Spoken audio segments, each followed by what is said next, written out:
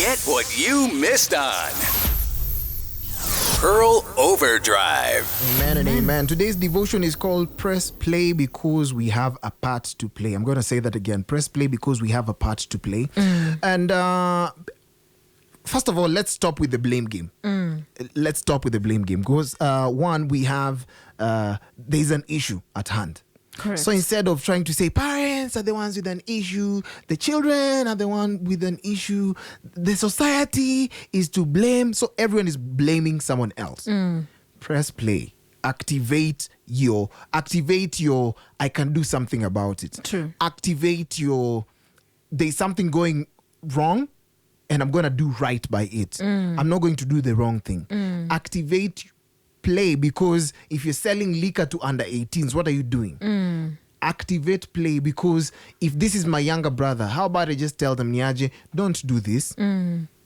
Because if the environment is killing this thorn that's growing, then we're not going to have thorns in the society. True.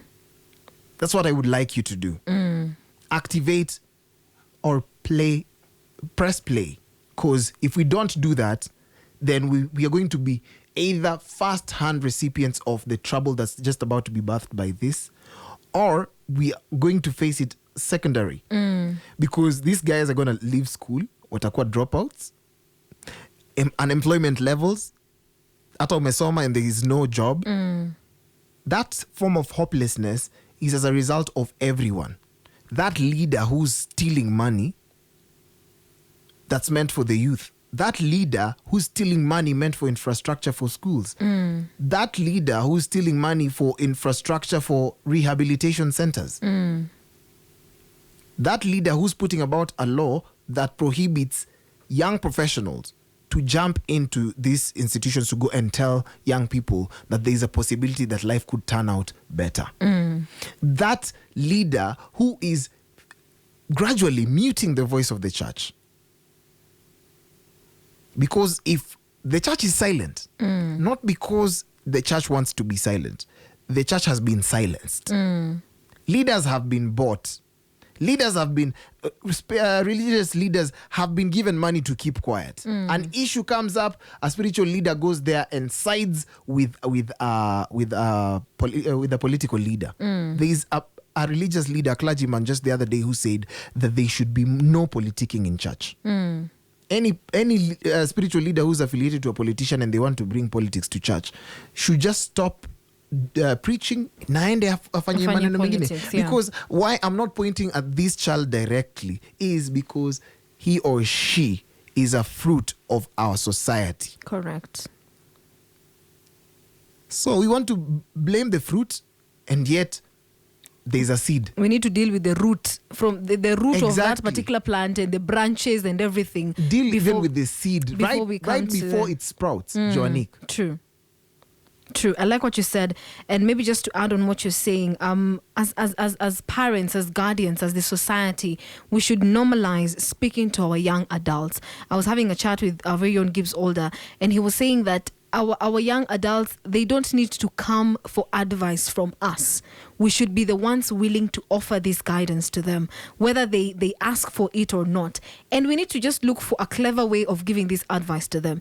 Because no one wants to be told what to do with a direct face. You know, when you look at a young 15-year-old, 17-year-old, they don't want you to tell them, by the way, you're not going to watch this in this house. You just need to learn how to befriend them and have this conversation with them in a manner that seems you are advising them, but you're not really advising them. You know, like they don't need for you to switch off the TV and everything in the house and tell them, now sit down, I want to address you. I want to advise you. No. You need to come up with a very unique way of talking to this young adult, making them understand that I am the parent in this house and I have a responsibility.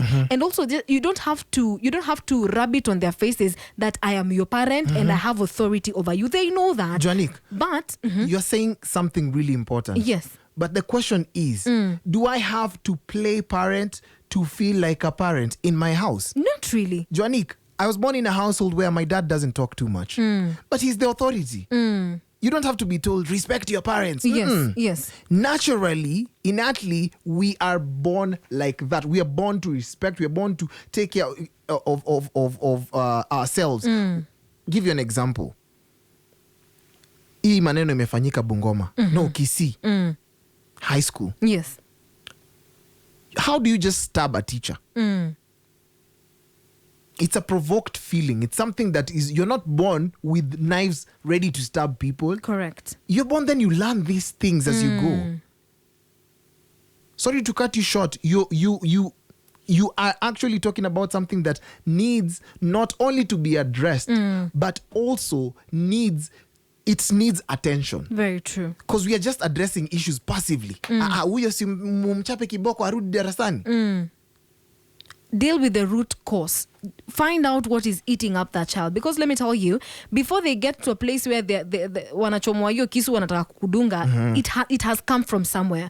You don't just wake up and decide you want to kill someone. It has to come from somewhere. So we need to find out. We need to befriend our children, our cousins, our brothers, our young sisters. We need to befriend them and find out what is happening in their lives. And most parents usually say that it's not my job to be my child's friend. It is not your job to actually be your child's friend. But it's your job to make sure that this person turns out well, because you're going to receive the wrath. You're the first person to receive the wrath. Most parents usually say, mimi si job yangu kukua rafiki yako. It's true.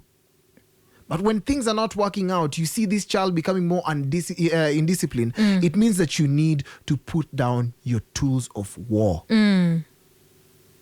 And talk to this child. Talk to them. Let's give you some Bible verses that you can walk with. Proverbs 12:1, it says, whoever loves discipline loves knowledge, but he who hates reproof is stupid. Whoever loves discipline loves knowledge. So if you love knowledge, you're most likely going to be disciplined. That's why we have institutions. Institutions are just a way of shaping our discipline into becoming better citizens. Join Brian Aseli and Joanique on Pearl Overdrive. Weekdays from 3 p.m. to 7 p.m.